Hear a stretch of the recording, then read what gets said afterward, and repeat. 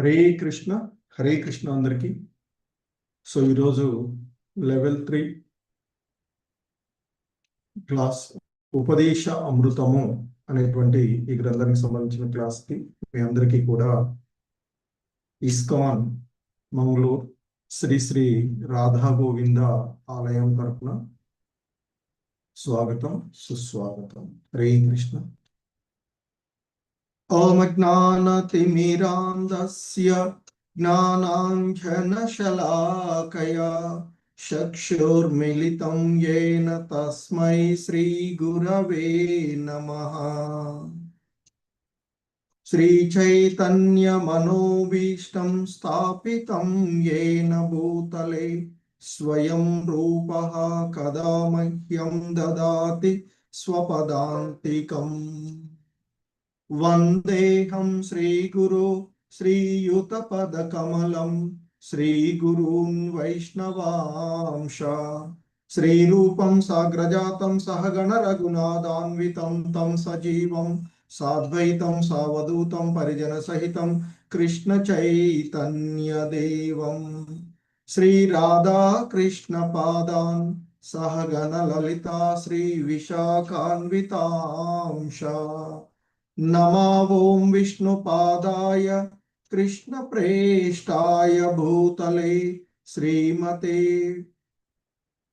భక్తి వేదాంత స్వామినితి నామినే. నమస్తే సారస్వతే దేవే గౌరవాణి ప్రచారిణి నిర్విశేష శూన్యవాది పాశ్చాత్యదేశతారిణి. నమో మహావదన్యాయ కృష్ణ ప్రేమ ప్రదాయతే కృష్ణాయ కృష్ణ చైతన్య నామ్నే గౌరిత్విషే నమః. హే కృష్ణ కరుణా సింధు దీనబంధు జగత్పతే గోపేశ గోపికా కాంత రాధా కాంత నమోస్తుతే. తప్త కాంచన గౌరాంగీ రాధే వృందావనేశ్వరి వృషభానుసుతే దేవి ప్రణమామి హరిప్రియే. వాంఛాకల్పతరుభ్యశ్చ కృపా సింధుభ్య ఏవ చ పతితానాం పావనేభ్యో వైష్ణవేభ్యో నమో నమః. జయ శ్రీ కృష్ణ చైతన్య ప్రభు నిత్యానంద శ్రీ అద్వైత గదాధర శ్రీవాసాది గౌర భక్త బృంద. హరే కృష్ణ కృష్ణ కృష్ణ హరే హరే హరే రామ రామ రామ హరే హరే. హరే కృష్ణ. సో ఉపదేశ అమృతము శ్రీల రూప గోస్వామి వారి ఉపదేశ అమృత గ్రంథానికి ప్రామాణికమైనటువంటి వ్యాఖ్యానం. ఎందుకంటే మూల సంస్కృత శ్లోకములు ప్రతిపదార్థ తాత్పర్య భాష సహితంగా ఉన్నటువంటి ఉపదేశ అమృతాన్ని ఇస్కాన్ సంస్థాపక ఆచార్యులైనటువంటి కృష్ణ కృపామూర్తి శ్రీ శ్రీల అభయచరణారవింద భక్తి వేదాంత స్వామి ప్రభుపాదుల వారి యొక్క ప్రామాణికమైనటువంటి వ్యాఖ్యానం ద్వారా దీనిని మనము చూస్తూ ఉన్నటువంటిది. ఎందుకంటే కృష్ణ చైతన్య ఉద్యమము శ్రీల రూప గోస్వాముల వారి యొక్క నేతృత్వంలో నిర్వహించబడుతూ ఉన్నటువంటిది. సో కనుకనే ఇస్కాన్లో ఉండేటువంటి గౌడీయ వైష్ణవులందరూ కూడా శ్రీ చైతన్యలో వారి యొక్క అనుయాయులు.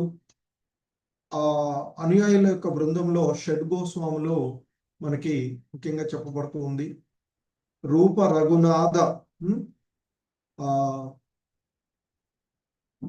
గోస్వాములు మనకి అంటే రూప గోస్వామి, సనాతన గోస్వామి, రఘునాథ భట్ట గోస్వామి, జీవ గోస్వామి, గోపాల భట్ట గోస్వామి, రఘునాథ దాస గోస్వామి అనేవారు ఈ షడ్ గోస్వాములు. సో అందులో రూప గోస్వాముల వారు ఆ గోస్వాములకు నాయకుడిగా ఉన్నటువంటి వారి ద్వారా వచ్చినటువంటి ఉపదేశ అమృతంలోని శ్లోకాలను మనం చూస్తూ ఉన్నాము. ఈ క్రమంలో 7 శ్లోకాలను మనము పూర్తి చేసుకున్నటువంటిది. ఈరోజు 8వ శ్లోకాన్ని చూస్తూ ఉన్నాం. మొదటి శ్లోకము చెప్పబడుతుంది. వాచో వేగం మనస క్రోధ వేగం జిహ్వా వేగం ఉదరోపస్థ వేగం ఏతాన్ వేగాన్యో విషహేత ధీర సర్వామపి మాం పృథివీ సశిష్యాత్ అని చెప్పబడుతుంది. అంటే వాచ వేగాన్ని, మనసు యొక్క కోరికలను, క్రోధ చలనాన్ని, నాలుక, ఉదరము, ఉపస్థల యొక్క వేగాన్ని సహించగలిగినటువంటి ధీరుడు ప్రపంచమంతటా శిష్యులను తయారు చేసుకోవడానికి సమర్థుడు అవుతాడు అనేటువంటిది ఇక్కడ చెప్పబడుతూ ఉంది. అలాగే రెండవ శ్లోకం మనకి ఈ విధంగా చెప్పబడుతూ ఉన్నటువంటి అత్యాహార ప్రయాసచ్చ ప్రజల్పో నియమగ్రహ జనసంగచ్చ లౌల్యం చ షడ్భిర్భక్తి వినశ్యతి. అవసరానికి మించి తినడము, అవసరం కంటే ఎక్కువ ధనాన్ని కూడబెట్టుకోవడము, 2 కష్టతరమైనటువంటి లౌకిక విషయాల కొరకు ప్రయాస, అలాగే ప్రజల్ప గ్రామ్య విషయాల గురించి మాట్లాడడము, అలాగే నియమాగ్రహ అంటే శాస్త్ర విధి విధానాలను ఆధ్యాత్మిక పురోగతికి కాకుండా కేవలం నామమాత్రకంగా పాటించడము, లేదా వాటిని తోసిపుచ్చి స్వతంత్రంగా వ్యవహరించడము. జనసంకల్ప అంటే కృష్ణ భక్తి భావనలో అభిరుచి లేనటువంటి వాళ్ళ యొక్క సాంగత్యము.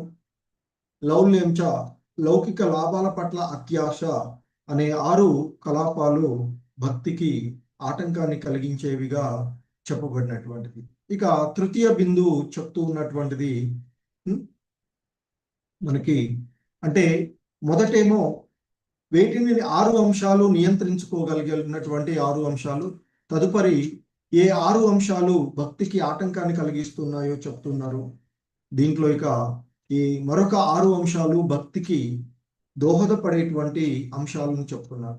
ఉత్సాహాన్ నిశ్చయ ధైర్యాత్ తత్తత్ కర్మ ప్రవర్తనాత్ సంగత్యాగాత్ సతో వృత్తే షడ్భిర్భక్తి ప్రసిద్ధ్యతి అని చెప్తుంది. ఉత్సాహంగా ఉండడము, నిశ్చయంతో ప్రయత్నించడము, ఓర్పును కలిగి ఉండడము, భక్తి యోగ నియమాలను అనుసరించి పనిచేయడము, అభక్తుల యొక్క సాంగత్వాన్ని వదిలివేయడము, ఆచార్యుల యొక్క అడుగుజాడలో నడవడము అనేటువంటి 6 నియమాలు విశుద్ధ భక్తికి దోహదపడతాయి అనేటువంటిది మనకి ఇక్కడ చెప్పబడినటువంటిది. ఇక 4వ శ్లోకంలో చెప్తున్నారు. దదాతి ప్రతిగృహణాతి గుహ్యమాఖ్యాతి పృచ్చతి భుంక్తే భోజయతే చైవ షడ్విధం ప్రీతి లక్షణం. కానుకలు ఇవ్వడము, ప్రతిగా కానుకలను స్వీకరించడము, విశ్వాసంతో మనసు విప్పి మాట్లాడుకోవడము, రహస్య విషయాలను విచారణ చేయడము, ప్రసాదము స్వీకరించడము, ప్రసాదమును వసగడము అనే 6 లక్షణాలు భక్తులు ఒకరితో ఒకళ్ళు పంచుకోవలసినటువంటివి. ఇక్కడ భక్తుల యొక్క సాంగత్వంలో భక్తియుత కార్యాలను ఏ విధంగా నిర్వహించాలో మనకి 4వ శ్లోకంలో చెప్పబడినటువంటిది. ఇంకా 5వ శ్లోకంలో ఈ విధంగా చెప్తూ ఉన్నటువంటిది. మరి 6 విధాలైనటువంటి ప్రీతి లక్షణాలను ఎలా మరి పంచుకోవాలి అనేటువంటి చెప్పిన తదుపరి ఇక్కడ మరి వారి యొక్క స్థితులను అనుసరించి ఏ విధంగా వ్యవహరించాలి అనేటువంటి విషయము మనకి ఈ 6వ శ్లోకంలో చెప్పబడుతుంది. కృష్ణేతి యస్య గిరితం మనసాద్రియేత దీక్షాస్తి చేత్ ప్రణతిభిశ్చ భజంతి మీశం శుశ్రూషయా భజన విఘ్నమనన్యమన్య నిందాది శూన్య హృదమీప్సితం సంగలబ్ధ్యః. సో మరి 5వ బిందువులో చెప్పబడుతుంది, పవిత్ర కృష్ణ నామాన్ని ఉచ్చరించేటువంటి భక్తుణ్ణి మనసులోనే ఆదరించాలి అని, మంత్రదీక్షడై విగ్రహారాధనలో నెలకొనేటువంటి భక్తుణ్ణి వినయపూర్వకంగా వందనం చేయాలి అని, అనన్య భక్తి కలివాడు ఇతరులను నిందించే గుణము లేనటువంటి వాడు అయినటువంటి విశుద్ధ భక్తుని యొక్క సాంగత్వం చేస్తూ ఆయనను శ్రద్ధగా సేవించాలి అని చెప్పబడుతుంది పంచమ బిందువులో. సో వివిధ రకాలైనటువంటి భక్తులను ఏ విధంగా వారి ఎడ మన ప్రవర్తన ఉండాలి అనేటువంటిది ముఖ్యంగా ఈ పంచమ బిందువులో చెప్పబడినటువంటిది. ఇక ఆరవ బిందువు, షష్టమ బిందువు ఈ విధంగా మనకి చెప్పబడుతూ ఉన్నటువంటి దుష్టై స్వభావ జనితైర్వపుచ్చ దోషైర్ న ప్రాకృతత్వమి భక్త జనస్య పశ్యేత్ గంగాంబుసాం న ఖలు బుద్బుదపేన పంకైర్ బ్రహ్మద్రవత్వం పగచ్చతి నీరధర్మైః. సో మరి ఇక్కడ ముఖ్యంగా ఈ శ్లోకంలో మనకి శుద్ధ భక్తి ప్రేమయుత సేవలో నెలకొనడము అనేటువంటి ముక్త స్థితిలో ఉన్నటువంటి వారి గురించి ఎలా ప్రవర్తించాలి అంటే, మూల కృష్ణ భక్తి భావనా స్థితిలో నెలకొనిన వాడై విశుద్ధ భక్తుడు దేహాత్మ బుద్ధి రహితునుగా ఉంటాడు అని, మరి అటువంటి భక్తుడిని భౌతికమైనటువంటి దృష్టితో చూడరాదు అని చెప్తూ ఉంటున్నారు. ఎందుకంటే భౌతికంగా ఒకవేళ దేహపరంగా ఏవైనా ఇబ్బందులుగా ఉన్నప్పటికీ కూడా ఏ విధంగా అయితే గంగా జలము పవిత్రంగా ఉంటుందో అదే మాదిరిగా మరి విశుద్ధ భక్తుడు కూడా ఆ విధంగానే ఉంటాడు అనేటువంటి విషయాన్ని ఇక్కడ మనకి చెప్పబడుతూ ఉన్నటువంటిది. సో కనుక వర్షాకాలంలో నీటి బుడగలతోనూ నురుగుతోనూ మట్టితోనూ నిండి గంగాజలము ఉన్నప్పటికీ కూడా అది పవిత్రమైనదిగానే ఉంటుంది. అలాగే దేహపరమైనటువంటి ఇబ్బందులు భౌతికంగా మనకి కనిపించినప్పటికీ కూడా విశుద్ధ భక్తుడు అతనిని ఎప్పుడు ఆ భావనలో చూడవద్దు. అతడు సో విశుద్ధుడైనటువంటి వాడు దేహాత్మ ఏదైతే ఉందో బుద్ధి రహితుడుగా అతడు ఉన్నటువంటి వాడు. ఎందుకంటే అతడు హీన కుటుంబాలలో ఉన్న, చెడ్డ దేహఛాయను కలిగి ఉన్న, కొన్నిసార్లు వికృత రూపాలను కలిగి ఉన్న, మరి రోగగ్రస్తులైన వారిలో ఉండేటువంటి ఆ భౌతికమైనటువంటి వాటిని మనము పట్టించుకోవద్దు. అతనిలో ఉన్నటువంటి భక్తిని మాత్రమే పరిగణలోకి తీసుకోవాలి అనేటువంటిది మనకి 6వ శ్లోకంలో చెప్పబడింది. ఇక నిన్న చూసినటువంటి 7వ శ్లోకంలో మనకి చెప్పబడినటువంటి అంశం, శ్యాత్ కృష్ణ నామ చరితాది సీతాప్య విద్యా పిత్తోపతప్త రసనస్య నరోచికాను కిం త్వాదరాదనుదినం ఖలు సైవ జుష్ట స్వాద్విక్రమాద్భవతి తద్గదమూలహంత్రి. హరే కృష్ణ. ఈ శ్లోకం మనకి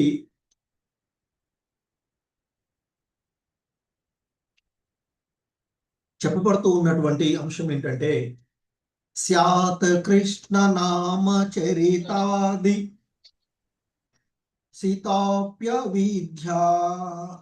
సీతాప్యంజు అంటే శ్రీకృష్ణుని యొక్క నామము, చరిత లీలలు అంటే శ్రీకృష్ణుని నామము, గుణము, లీలలు మున్నగినవి సచ్చిదానంద స్వభావాన్ని కలిగినవి. అవి పటిక బెల్లం లాగా అతి సహజంగానే అతి మధురమైనవి, అందరికీ కూడా నచ్చేటువంటివి. కానీ అవిద్య, మరి ఆ అవిద్య అనేటువంటి పైత్య రోగము, అవిద్య వలన మనకి ఆ భగవంతుడి యొక్క నామము, గుణము, లీలలు మనకి మధురంగా కనిపించట్లేదు, అనిపించట్లేదు అని చెప్తున్నారు. ఎందుకంటే పైత్య రోగం వచ్చినటువంటి వాడికి, కామెర్ల వ్యాధికి గురైనటువంటి వాడికి నాలుక తీపి రుచిని ఆస్వాదించలేదు. అలాగే మనలో ఉన్నటువంటి అజ్ఞానం కారణంగా ఆ భగవంతుని యొక్క నామ, గుణ, లీలలను మనము సరిగా అవగాహన చేసుకోలేకుండా పోతూ ఉన్నాము అంటూ చెప్పబడుతూ ఉన్నటువంటిది. కానీ మరి ఆ కామెర్ల రోగ వాడికి పటిక బెల్లమే మందు.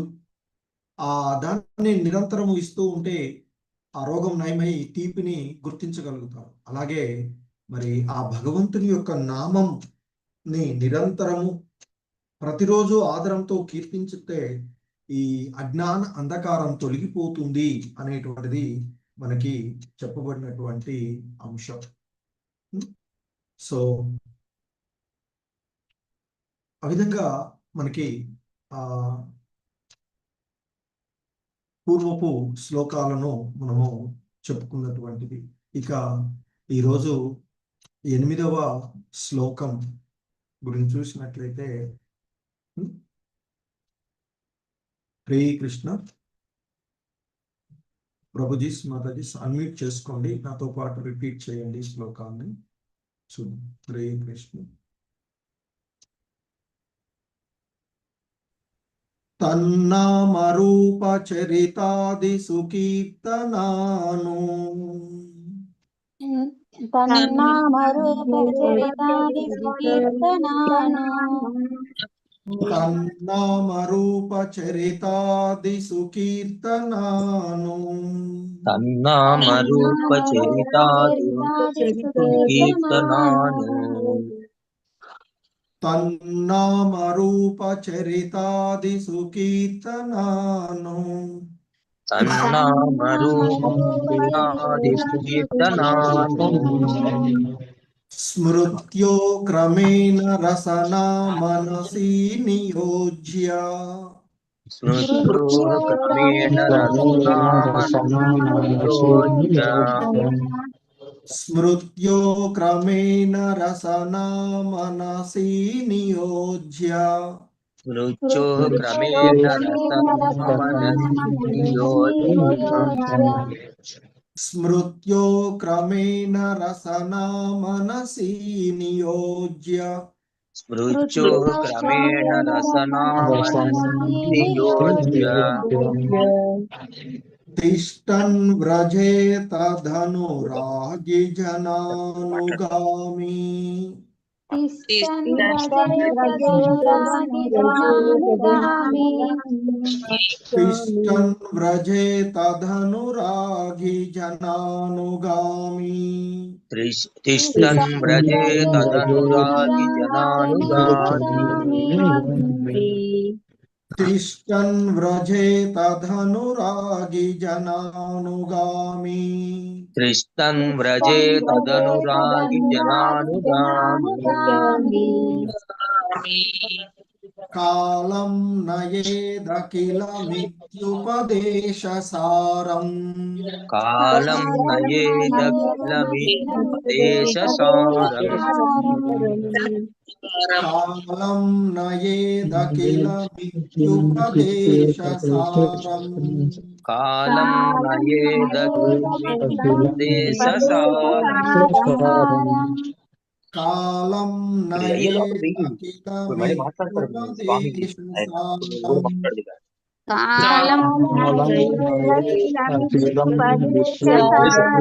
కాలం ఇక్కడ మొదలు పెట్టి ఈ లైన్ వదిలేసి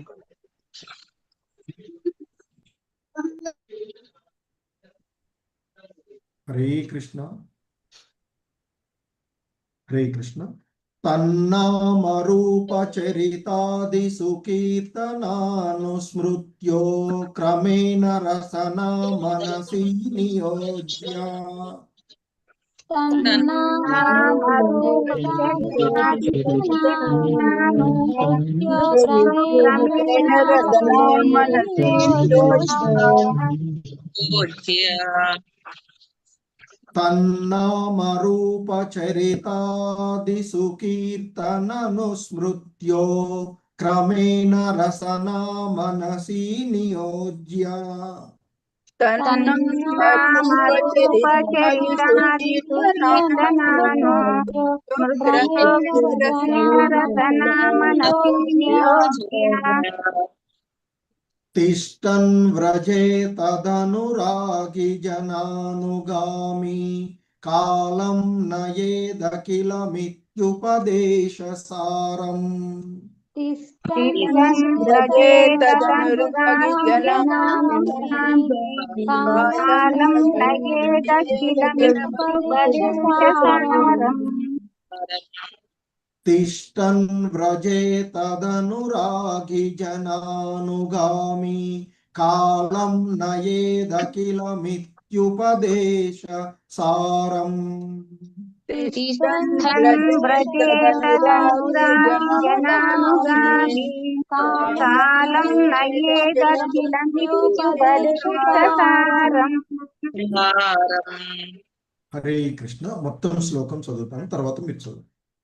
తన్నామరూప చరితాదిసు కీర్తనానుస్మృత్యో క్రమేణ రసనా మనసి నియోజ్య తిష్టన్ వ్రజేతదనురాగి జనానుగామి కాలం నయేదఖిలమిత్యుపదేశ సారం తన్నామరూపచరితాదిసు కీర్తనాను మృత్యో క్రమేణ రసనా మనసి నియోజ్య తిష్టన్ వ్రజేతదనురాగి జనానుగామి కాలం నయేదఖిలమిత్యుపదేశసారం.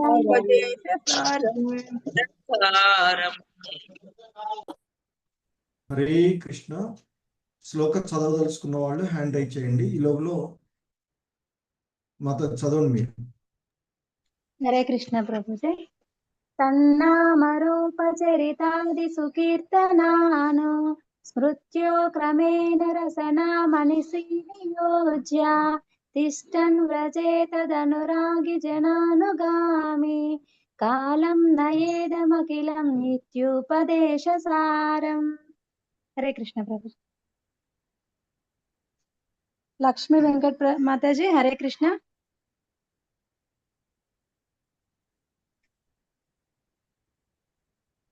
అన్మ్యూట్ చేసుకోండి మాతాజీ.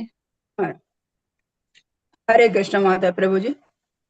తన్నామరూపచరితాదిసు కీర్త జ్ఞానో మృత్యు క్రమేణ రసనా మనసి నియోజ్య తిష్టన్ వ్రజేతదనురాగి జనానుగామి కాలం నయేదఖిల మృత్యుపదేశసారం.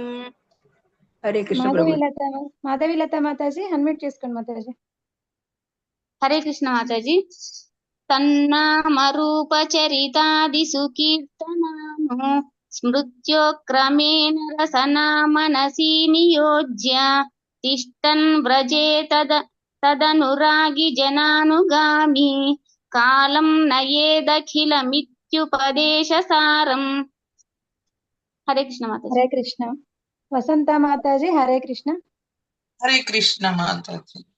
తన్నామరూపచరితాదిసు కీర్తనాను స్మృత్యో క్రమేణ రసనా మనసి నియోజ్య తిష్టన్ వ్రజేతదనురాగి జనానుగామి కాలం నయోదఖిల మిత్యుపదేశసారం. హరే కృష్ణ. సౌభాగ్య లక్ష్మి మాతాజీ అన్మ్యూట్ చేసుకోండి మాతాజీ. హరే కృష్ణ మాతాజీ.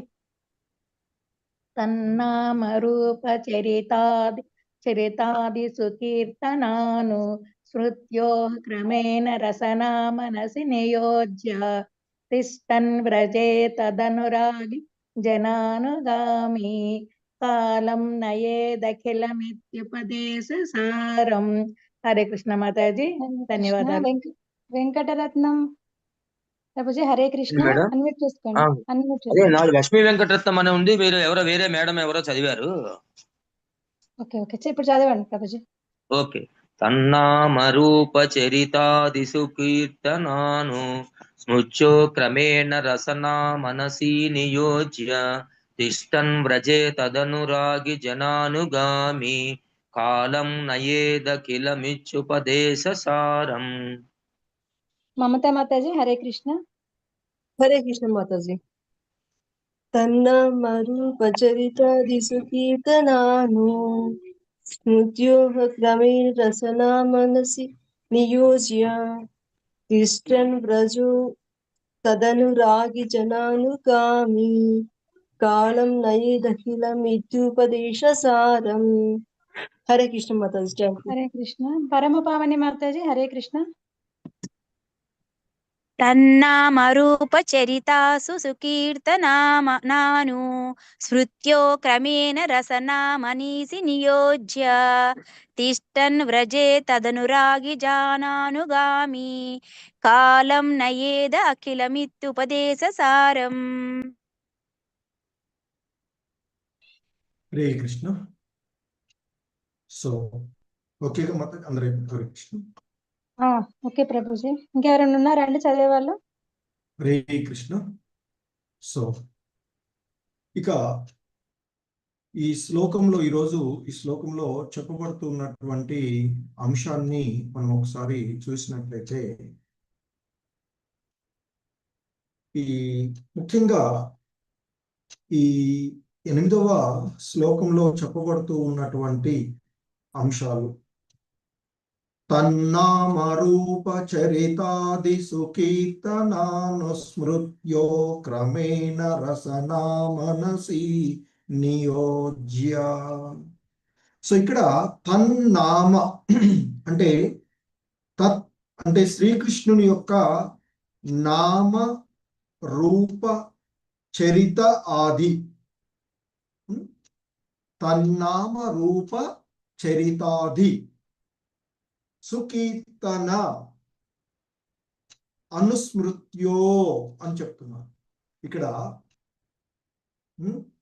సో ఆ శ్రీకృష్ణ భగవానుల వారి యొక్క దివ్య నామాన్ని, దివ్యమైనటువంటి రూపాన్ని, దివ్యమైనటువంటి గుణాలను, ఆ నిత్య లీలలను చక్కగా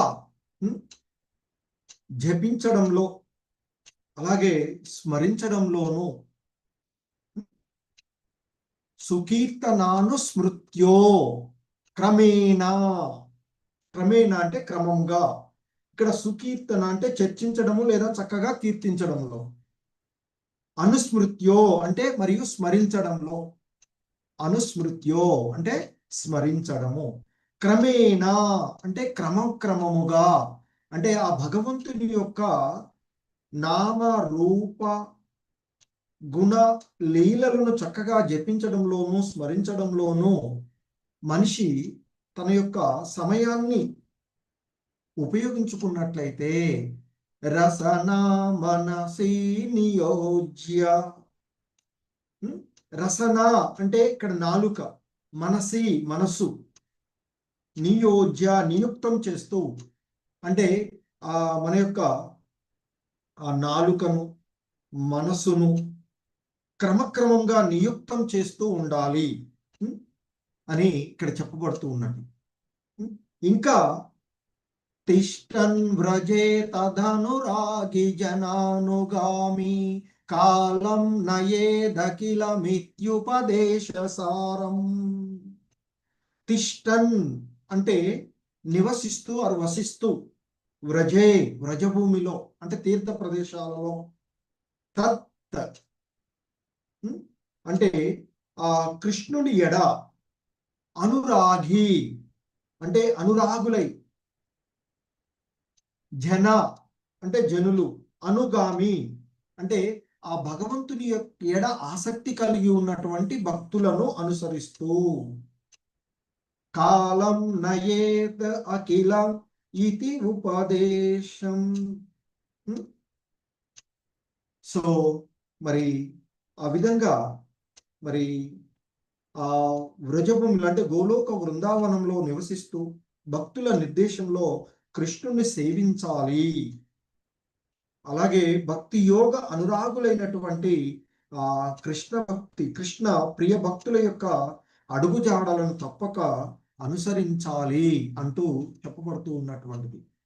సర్వ ఉపదేశ సారము చెప్తున్నారు ఇక్కడ. సర్వ ఉపదేశాల యొక్క సారం ఏమిటి అంటే మానవుడు ఆ భగవంతుని యొక్క దివ్య నామ రూప గుణ లీలలను స్మరించడంలోనే తన జిహ్వను మనసును క్రమంగా నెలకొల్పుతూ తన కాలాన్నంతటినీ, అనగా మొత్తం కాలాన్ని, దినంలో 24 గంటలు గడపాలి.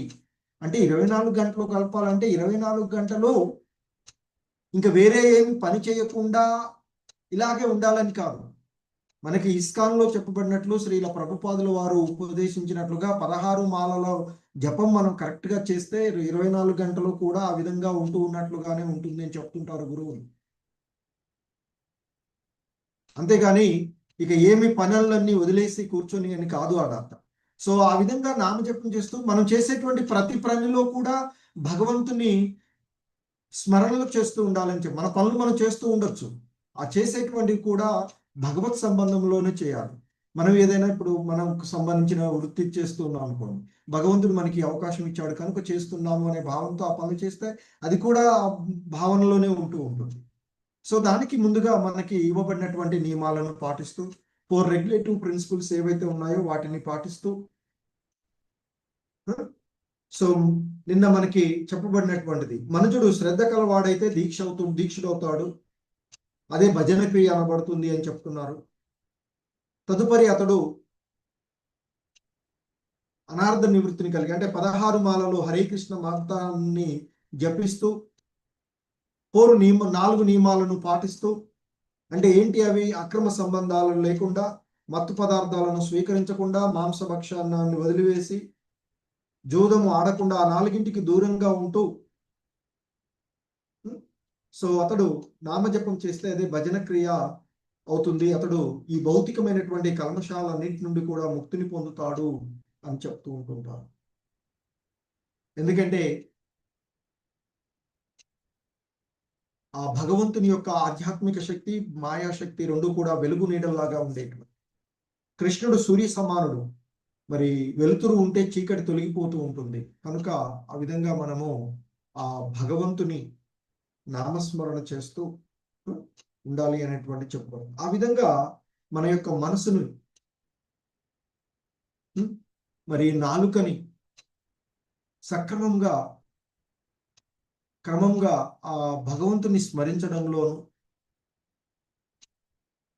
నెలకొల్పుతూ కాలాన్ని గడుపుతూ ఉన్నట్లయితే, అలాగే మరి గోలోక వృందావనంలో నివసిస్తూ, ఆ వ్రజధామంలో నివసిస్తూ భక్తుల యొక్క నిర్దేశాలను అనుసరించి శ్రీకృష్ణుని సేవిస్తూ ఉండాలి అని చెప్పబడుతుంది.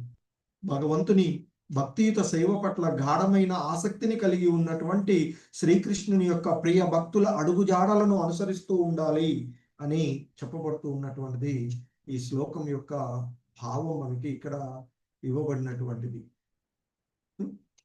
సో శ్రీకృష్ణ, మనకి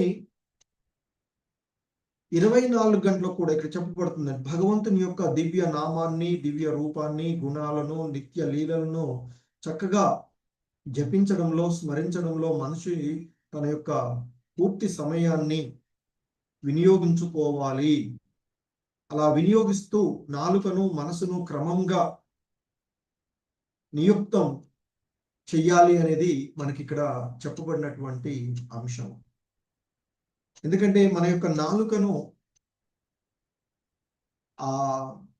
మనం ఉపయోగించవలసినటువంటిది ఆ భగవంతుని గుణగణాలను కీర్తించడానికి, దానికి ఆ విధంగా శిక్షణ ఇవ్వాలి అని చెప్తూ ఉంటుంటారు మన యొక్క నాలుకను. అలాగే మన యొక్క నాలుకను ఆ భగవంతునికి సమర్పించిన ప్రసాదమునే స్వీకరించే విధంగా మనము అలవాటు చేసుకోవాల్సినటువంటిది. సో అలాగే మన యొక్క మనసు, ఎందుకంటే భగవద్గీతలో 6వ అధ్యాయంలో బంధురాత్మ అంటూ మనకి చెప్పబడుతూ ఉంటుంది. శ్రీకృష్ణ భగవానుడే చెప్తాడు, మనస్సు మనిషికి శత్రువులాగాను అలాగే మంచి మిత్రులాగాను పనిచేస్తుంది అని చెప్తూ ఉంటుంటాను.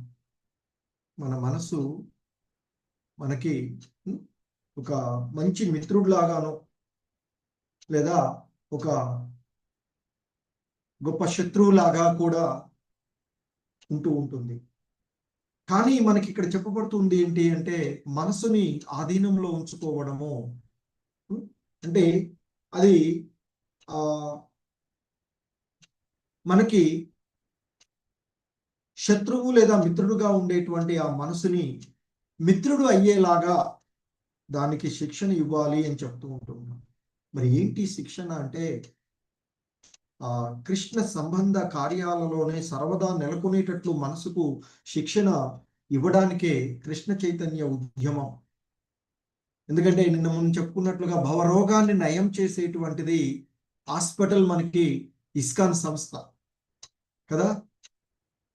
సో అక్కడికి వెళ్తే మనకి ఇచ్చేటువంటి మందు ఆ భగవన్నామం హరే కృష్ణ కృష్ణ కృష్ణ హరే హరే అనే ఆ మంత్రం ని తీసుకోవడం ద్వారా మనలో ఉండేటువంటి భవరోగం నయమవుతుంది అని చెప్పబడుతూ ఉన్నటువంటి కదా. సో కాబట్టి ఇస్కాన్లో మనకేంటది రోగాన్ని నయం చేసేటువంటి హాస్పిటల్స్, భవరోగాన్ని నయం చేసేటువంటి హాస్పిటల్స్ గా మనకి ఉన్నటువంటివి. సో మరి మన యొక్క మనసుని మనకు మంచి మిత్రుడిలాగా తయారు చేసుకునేటువంటి ఒక మంచి మిత్రుడు మన పక్కన ఉంటే మనం ఎలా ఉంటాము, అలాగే మాకు శత్రువు మన పక్కన ఉంటే ఎలా ఉంటుంది మన పరిస్థితి, మనకు ఉండేటువంటి అనుభూతులు అవన్నీ కూడా తెలిసినటువంటివి. మరి మనం మనసుని మిత్రులాగా చేసుకుంటే అది మన ఆధ్యాత్మిక ఉన్నతికి ఎంతో దోహదపడుతుంది అని చెప్తూ ఉంటున్నాం. సో కాబట్టి అలా శిక్షణ ఇవ్వడానికి మనకి కృష్ణ చైతన్య ఉద్యమం, ఆ హరే కృష్ణ ఉద్యమము ఉద్దేశించబడింది. ఎందుకంటే మన యొక్క మనసు వందల వేలాది స్మృతులను కలిగి ఉంటుంది. మనసు చంచలమైనటువంటిది. అర్జునుడు అంటాడు భగవద్గీతలో, ఎలా కృష్ణ మనసును అదుపు చేసుకోమంటున్నావు, చంచలమైనది, మూడ పట్టుగలిగినటువంటిది, వాయువును వేగంగా వీచేటువంటి సుడిగాలినైనా ఆపవచ్చేమో, కానీ ఎలా ఈ మనసులో కలిగే భావనలను ఆపేది? చంచలమైన మనసుని, మొండిపట్టుగలిగిన ఈ మనసుని ఎలానయ్యా ఆధీనము తెచ్చుకుంటే అంటే అభ్యాసము అని చెప్తారు, సాధన చెప్పబడింది కదా. మరి ఏంటి సాధన? ఆ భగవన్నామ స్మరణము, ఆ భగవంతుని యొక్క దివ్య లీలలను గుణగణాలను కీర్తిస్తూ ఉండడం. ఎందుకంటే మనం ఈ జన్మలోనే కాదు, ఈ జన్మలో ఏదో విషయాన్ని ఎంతో అనుకుంటూ ఉంటాం, కానీ ఏదో ఒక చిన్న సంఘటన జరగగానే మనసు ఎటో పోతూ ఉంటుంది, ఎటో ఆలోచనలు వస్తాయి, ఎంతో ప్రశాంతంగా ఉందాం అనుకుంటాం, కానీ ఉండలేము కదా. సో ఈ జన్మలోనే కాదు, పలు జన్మలలో ఉండేటువంటి మన పూర్వపు వాసనలు, కర్మలన్నీ మనతో వస్తూ ఉండేటువంటివి. సో కాబట్టి మరి ఈ స్మృతులు ఒకదానితో ఒకటి కలిస్తే, మనకి రంగులు వేరువేరుగా ఉండేటువంటి రంగులు ఒకదానితో ఒకటి కలిస్తే ఏంటి వేరేగా మారిపోతుంది. కాబట్టి అవే కాకుండా వాటి యొక్క కలయిక వలన మళ్ళీ ఒక కొత్తగా ఏర్పడేటువంటి పరిస్థితులు కూడా ఉంటుంటాయి మనకి. సో ఆ విధంగా వాటన్నిటినీ నుండి బయటపడడానికి ఎంతో ప్రమాదకరంగా తయారైనటువంటి ఆ మనసుని మనం అదుపులో ఉంచుకోవాలి. మనకు ఒక మంచి మిత్రుల్లాగా దాన్ని తయారు చేసుకోవాలి. ఆ విధంగా శిక్షణ ఇవ్వాలి అని చెప్తారు. ఎంత క్రూర జంతువులైన వాటికి కొన్ని శిక్షణ ఇస్తూ ఉంటే అవి మనం చెప్పినట్లుగా ఆడుతుంటాయి. గంగిరెద్దులు ఆడుతూ ఉంటే చూస్తూ ఉంటుంటాం, అంతే ఆడించవచ్చు. కోతులు పిచ్చి పిచ్చి పనులు చేసేటువంటి అవి కూడా మనం చెప్పినట్లు వింటూ ఉంటాయి, కట్టి వచ్చి వాటికి చేస్తూ ఉంటాయి కదా. సో ఆ విధంగా ఈ చంచల మనసు కలిగిన, చంచల స్వభావం కలిగిన మనసును కూడా మన ఆధీనంలో ఉంచుకోవాలి అని చెప్తారు. ఎందుకంటే మనం దేహాన్ని త్యజించేటప్పుడు ఏ భావాన్ని స్మరిస్తూ ఉంటామో ఆ భావనకు అనుకూలమైనటువంటి తదుపరి జన్మ మనకి లభిస్తూ ఉంది. భగవద్గీతలో చెప్పబడినటువంటిది, యం యం వాపి స్మరన్ భావం త్యజత్యంతే కలేవరం తం తమేవైతి కౌంతేయ సదా తద్భావ భావిత అంటూ చెప్పబడినటువంటి. ఓ కౌంతేయ, దేహాన్ని త్యజించేటప్పుడు మనిషి ఏ భావనతో ఉంటాడో, ఏ భావనను స్మరిస్తూ ఉంటాడో అదే భావనని అతడు నిశ్చయంగా పొందుతాడు అని చెప్పబడింది. మరణ సమయంలో జీవుని యొక్క మనసు, బుద్ధి తరువాత జన్మ కొరకు ఒక రకమైనటువంటి దేహాన్ని సూక్ష్మమైనటువంటి రూపాన్ని తయారు చేస్తాయి. మనకుండే స్థూల సూక్ష్మ శరీరాలు, స్థూల శరీరం మరణంతో వదిలేస్తాం మనం దేహాన్ని త్యజించేటప్పుడు. ఆ సూక్ష్మ శరీరంతో గత జన్మ వాసనలన్నీ కూడా మనతో పాటే వచ్చేస్తూ ఉంటుంటాయి. సో మరి కనుకనే ఆ మరణ సమయంలో ఈ భావనతో, ఆ కృష్ణ భక్తి భావనలో నిమగ్నమైనట్లయితే తదుపరి జన్మ ఆధ్యాత్మికం అవుతుంది అని చెప్తారు. అంటే గోలోక బృందావనాన్ని చేరుకోవడానికి మరి ఆ కృష్ణ నామ స్మరణం తప్ప, కృష్ణుని యొక్క దివ్య లీలలు తప్ప, ఆ కృష్ణుడి గుణగణాలను కీర్తించడం, స్మరించడము, మననం చేయడము తప్ప అన్య మార్గం ఏదీ లేదు అని చెప్పబడుతుంది. ఈ కలియుగంలో కపటాలను, యుగంలో కలి కల్మషాల నుండి బయటపడడానికి మనకున్నటువంటి ఏకైక మార్గము హరినామ సంకీర్తనం. అదే హరే కృష్ణ కృష్ణ కృష్ణ హరే హరే అంటూ ఆ భగవన్నామ స్మరణం చేయడం. అలాగే మన మనసుకు, అందుకే ఆ కృష్ణుడు తప్ప వేరే విధంగా లేకుండా మనసుకు శిక్షణ ఇవ్వాలి అనేది రూపగోస్వాముల వారు మనకి చెప్తూ ఉన్నటువంటి ఉపదేశము. ఉపదేశ అమృతం కదా చదువుతుంది మనం. ఆ ఉపదేశం కేవలం శ్రీకృష్ణుని గురించే పలుకుతూ, కేవలం కృష్ణ ప్రసాదాన్ని భుజిస్తూ నాలుకకు శిక్షణ ఇవ్వాలి అని చెప్తారు. ఇంకా మనకి ఇక్కడ శ్లోకంలో తిష్టన్ వ్రజే తదనురాగి జనానుగామి అని చెప్పబడింది. తిష్టన్ వ్రజే అంటే మనిషి బృందావనంలో కానీ వ్రజభూమిలో కానీ ఏ భాగంలోనైనా నివసించాలి, అక్కడికి వెళ్ళాలి. ఆ బృందావనంకి వెళ్తే కానీ అక్కడ ఆ భగవంతుని యొక్క లీలలు స్మృతికి మనకు వచ్చేటువంటి తెలుస్తూ ఉంటుంది బృందావనాన్ని చేరుకుంటే. ఎందుకంటే ఆ వాస్తవానికి వ్రజభూమి బృందావనం ఏదైతే ఉందో, ఆ కృష్ణుడు నడయాడినటువంటి ప్రదేశం, దాని యొక్క ప్రాముఖ్యత, దాని యొక్క గొప్పతనం తదుపరి శ్లోకాల్లో వస్తుంది మనకి. ఆ వ్రజభూమి వైశాల్యము 84 క్రోశములు అని చెప్తారు. ఒక క్రోశం అంటే 2 చదరపు మైళ్ళకు సమానంగా ఉంటుందట. మరి 84 క్రోశములు అంటే దాదాపుగా 168 చదరపు మైళ్ళ విస్తరాన్ని కలిగి ఉన్నటువంటి. సో మరి అటువంటి ఆ బృందావనాన్ని తన ఆవాసంగా చేసుకొని అక్కడ ఉండేటువంటి విశుద్ధ భక్తులు, ఆ బృందావనంలో ఆవాసం అంటే అంత సాధారణమైనటువంటి స్థితి కాదు. అక్కడ ఉండేటువంటి ప్రతి జీవి, ప్రతి గడ్డి వరకతో సహా చాలా ఎంతో ఉన్నతమైనవిగా చెప్పబడుతూ ఉంటుంది. ఎంతో అదృష్టం ఉంటేనే అక్కడ జన్మ పొందేటువంటి అవకాశం. కాబట్టి అక్కడ ఉన్నటువంటి ఎవరిని, ఎటువంటి వాళ్ళని కూడా, జంతువు దేన్నైనా అక్కడ ఏ విధంగానూ అనొద్దు అని చెప్తుంటారు ఆ ప్రదేశంలో జన్మ తీసుకున్నటువంటి వారు.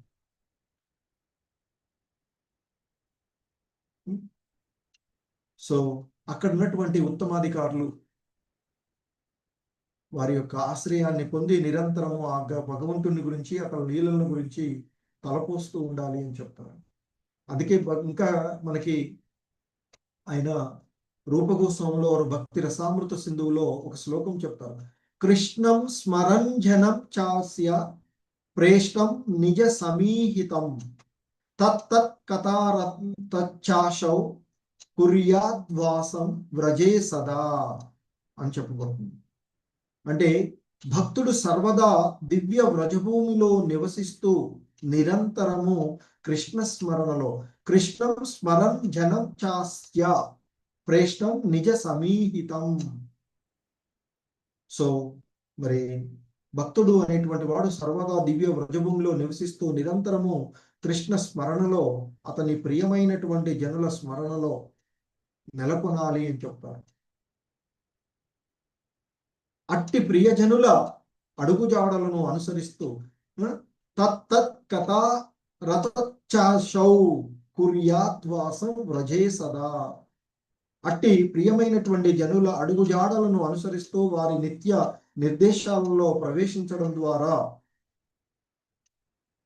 అతడు ఆ దేవదేవుణ్ణి సేవించాలనే కోరిక తీవ్రంగా పొందుతాడు అని చెప్తారు.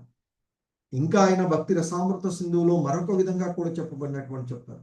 దివ్య వ్రజభూమిలో అంటే వ్రజధామంలో మనుజుడు శ్రీకృష్ణుని ప్రియజనులకు గల భావంతో ఆ దేవదేవుణ్ణి సేవించాలి. అతడు తనను ఒక ప్రత్యేకమైనటువంటి ప్రియ జనుని ప్రత్యక్ష నిర్దేశంలో నిలుపుకొని ఆయన అడుగుజాడలను అనుసరిస్తూ సో ఆ సాధన స్థితి మనుజుడు సిద్ధ పురుషునిగా అయ్యేటువంటి సాధ్య స్థితి రెండుల్లోనూ సంగతమై ఉన్నది అని చెప్తుంటారు. సో మరి మనకి ఇంకా ఇస్కాన్ వ్యవస్థాపక ఆచార్యులైనటువంటి శ్రీల ప్రభుపాదుల వారి యొక్క గురువైనటువంటి భక్తి సిద్ధాంత సరస్వతి ఠాకూర్ల వారు ఇచ్చినటువంటి విషయాన్ని కూడా ఇక్కడ మనకి వారు చెప్పుకుంటారు. కృష్ణ భక్తిలో ఇంకనూ అభిరుచిని పెంపొందించుకొనని వారు అన్ని లౌకిక తలంపులను విడిచిపెట్టి శ్రీకృష్ణుని నామ రూప లీలాదులను కీర్తించడము స్మరించడము అనే విధి నియమాలను అనుసరిస్తూ మనసుకు శిక్షణ ఇవ్వాలి అని చెప్తుంటారు. ఆ ప్రకారంగా ఇటువంటి విషయాల పట్ల రుచిని పొందిన తరువాత అతడు బృందావనంలో వసించి శ్రీకృష్ణుని నామ యశో లీలా గుణాదులను ఉత్తమ అధికారి అయినటువంటి భక్తుని నిర్దేశనలో రక్షణలో స్మరించడంలో తన కాలాన్ని గడపాలి.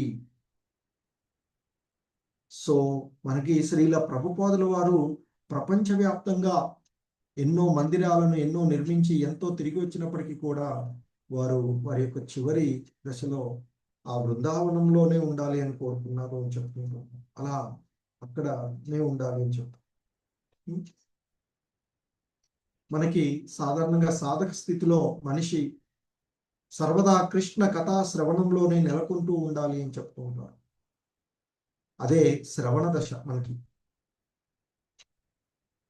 ఆ శ్రీకృష్ణుని దివ్య నామాన్ని నిరంతరము వినడం ద్వారా, శ్రవణం చేయడం ద్వారా, ఆయన యొక్క దివ్య గుణ లీలలను శ్రవణం చేయడం ద్వారా అతడు వర్ణస్థితికి అంటే స్వీకార స్థితిని అబ్జర్వ్ చేసుకునేటువంటి స్థితికి పొందుతాడు అని చెప్తుంటారు. ఆ అబ్జర్వ్ చేసుకునేటువంటి ఆ విషయాలను గ్రహించగలిగేటువంటి స్థితికి వచ్చినప్పుడు అతడు కృష్ణ కథాశ్రవణంలో అనురక్తుడవుతాడు. అప్పుడు ఆ భగవంతుని యొక్క లీలను వింటూ ఉంటే ఇంకా ఇంకా వినాలనిపిస్తుంది. భగవద్గీతలో అర్జునుడు అంటాడు, నీ వచనామృతము వింటూ ఉంటే ఇంకా తనివి తీరడం లేదు అంటూ ఆయన ద్వారా వినాలి అనేటువంటి ఆసక్తిని కలిగి అడుగుతూ ఉంటాడు. ఆ విధంగా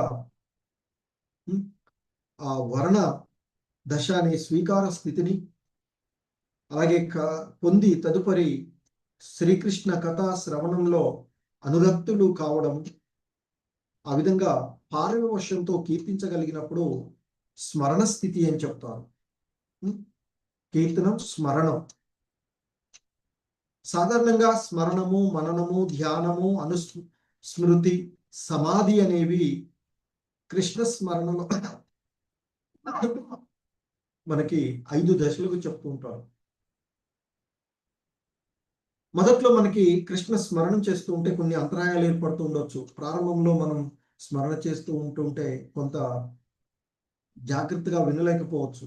కానీ తర్వాత నిరాటంకంగా మనము కేంద్రీకృతమై చేస్తే దాన్నే ధ్యానము అని అంటూ ఉంటారు. ధ్యానం కొనసాగుతూ నిశ్చలమైనప్పుడు అది అనుస్మృతి అవుతుంది అని చెప్తారు. ఇక నిరంతరము ఎటువంటి ఆటంకాలు లేకుండా ధ్యానం చేసేటువంటిది అనుస్మృతి అని చెప్తారు. ఇక ఆ అనుస్మృతి ఏదైతే ఉందో అది ఎటువంటి గ్యాప్ లేకుండా, ఎడతెగకుండా, తెంపు లేనిది ఉన్నట్లయితే దాన్ని సమాధి స్థితి. ఇక పరిపూర్ణంగా ఆ భగవంతుడి ధ్యాసలోనే ఉండిపోయేటువంటి స్థితి సమాధి స్థితి.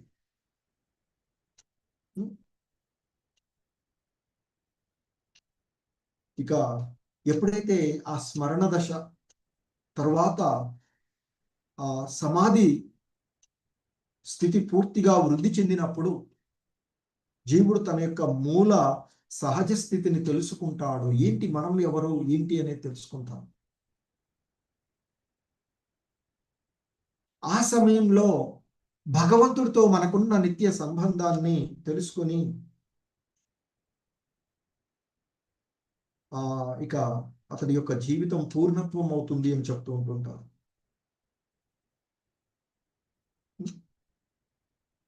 సో మరి సాధకుడు శ్రీకృష్ణుని నామ యశో రూప ఆ లీలాదుల పట్ల క్రమంగా అనురక్తులు అవుతారు అని చెప్పబడుతుంది. ఎందుకంటే ఆరంభ దశలో ఉన్నటువంటి వారు అన్ని రకాలైనటువంటి కోరికలను విడినాడి ఆ శాస్త్ర నిర్దేశానుసారము విధిపూర్వకమగు భగవత్ సేవలో నెలకొనాలి అని చెప్తారు. విధిపూర్వకము, విధి అవిధి అని చెప్పబడుతుంది. సో ఇతర దేవతార్చనం అనేది అవిధిపూర్వకమైనటువంటిదిగా చెప్తుంది భగవద్గీతలో చెప్పబడినటువంటిది. మరి విధిపూర్వకంగా సాధకుడు శ్రీకృష్ణ భగవానుల వారి యొక్క నామ యశో రూప లీలాదుల పట్ల క్రమంగా అనురక్తులవుతారు అని చెప్తూ ఉంటారు. మరి అటువంటి అనురక్తి కలిగిన తర్వాత ఇక అతడు ఆ విధి నియమాలు లేకుండానైనా శ్రీకృష్ణ భగవానుల వారి యొక్క పాద పద్మాలను సహజంగానే సేవించగలుగుతాడు అని చెప్తారు. ఈ మనకి శాస్త్రాలలో నియమాలు ఇవన్నీ ఏంటంటే ఒక క్రమమైనటువంటి పద్ధతులను అలవాటు చేసుకోవడానికి. సో అవన్నీ అలవాటైన తర్వాత సహజంగానే శ్రీకృష్ణుని పాద పద్మాలను సేవించగలుగుతారు అని చెప్తారు. అటువంటి స్థితే, అటువంటి భక్తే రాగభక్తి అనబడుతుంది అని చెప్తారు. సో అందుకే ఈ రాగభక్తిలో లేదా భావన భక్తి వచ్చేటువంటి ప్రేమ వీటిలో ఎటువంటి నియమ నిబంధనలు లేకుండా గోపికలు తల్లిదండ్రులుగాను అలా చేసేటువంటి భక్తి అది. సో ఇక్కడ మరి ఆ రాగభక్తి స్థితిలో భక్తుడు బృందావనంలోని ఒకానొక శ్రీకృష్ణుని ప్రియ జనుని అనుసరించవచ్చు అని చెప్తుంటారు. అది రాగానగ భక్తిగా పిలువబడుతుంది అని. మరి శ్రీకృష్ణ భగవానుడి యొక్క గోవుగాను, ఆయన కాచేటువంటి గోవుగాను, లేదా ఆయన చేతిలో ఉండేటువంటి కర్రగాను, లేదా ఆయన చేతిలో మురళిగాను, లేదా ఆయన మెడలో ఉండే పువ్వుగాను, పూమాలగాను అలా ఉండడానికి కోరుకునేటువంటి పరిస్థితిలో మనకి అది శాంతరసంలో ఉన్నటువంటి రాగానుగ భక్తిగా నిర్వహింపబడుతుంది అని చెప్తారు. మనకి సాధారణంగా భక్తి 5 రసాలుగా శాంత భక్తి, అవి మనం సఖ్యము అని చూసినటువంటి కదా. సో మరి అలాగే ఇంకా దాస్య భక్తి, సఖ్య భక్తి కదా, వాత్సల్య భక్తి, మాధుర్య భక్తి, ఆ విధంగా 5 రకాలైనటువంటి భక్తి విధానాలు చూస్తూ ఉంటాం. సో మరి ఆ దాస్యంలో, శాంతలో దాస్యంలో భక్తుడు ఆయనకు చిత్రకుడుగాను సేవ చేసేటువంటి, లేదా పత్రకుడు లేదా రక్తకుడుగాను ఇంటి సేవలు చేసే విధంగా ఉంటూ ఉంటారు. అలాగే సఖ్యంలో మిత్రభావంతో భక్తి చేసేటువంటివి బలదేవుడు, సుదాముడు, అర్జునుడు అలా. అలాగే తల్లిదండ్రుల వాత్సల్య భక్తి, దేవకి వసుదేవులు, నందయశోదలు. మరి ఇక అత్యున్నతమైనటువంటిది మధుర రసంలో భక్తి. దానికి రాధారాణి పూర్వమైనటువంటి ఉదాహరణగా చెప్పబడుతూ ఉంటుంది. లేదా ఇతర సఖులు, అష్టసఖుల్లో మనకి ముఖ్యంగా లలితా సఖి, రూపసతి, రతి, మంజరి అనే కొంతమంది ఉండేటువంటి. సో ఆ విధంగా ఆ భగవంతుని ఎడ ఆసక్తితో మనం భక్తిని కొనసాగించాలి అంటూ మనకి చెప్పబడుతూ ఉన్నటువంటి అంశం. హరే కృష్ణ.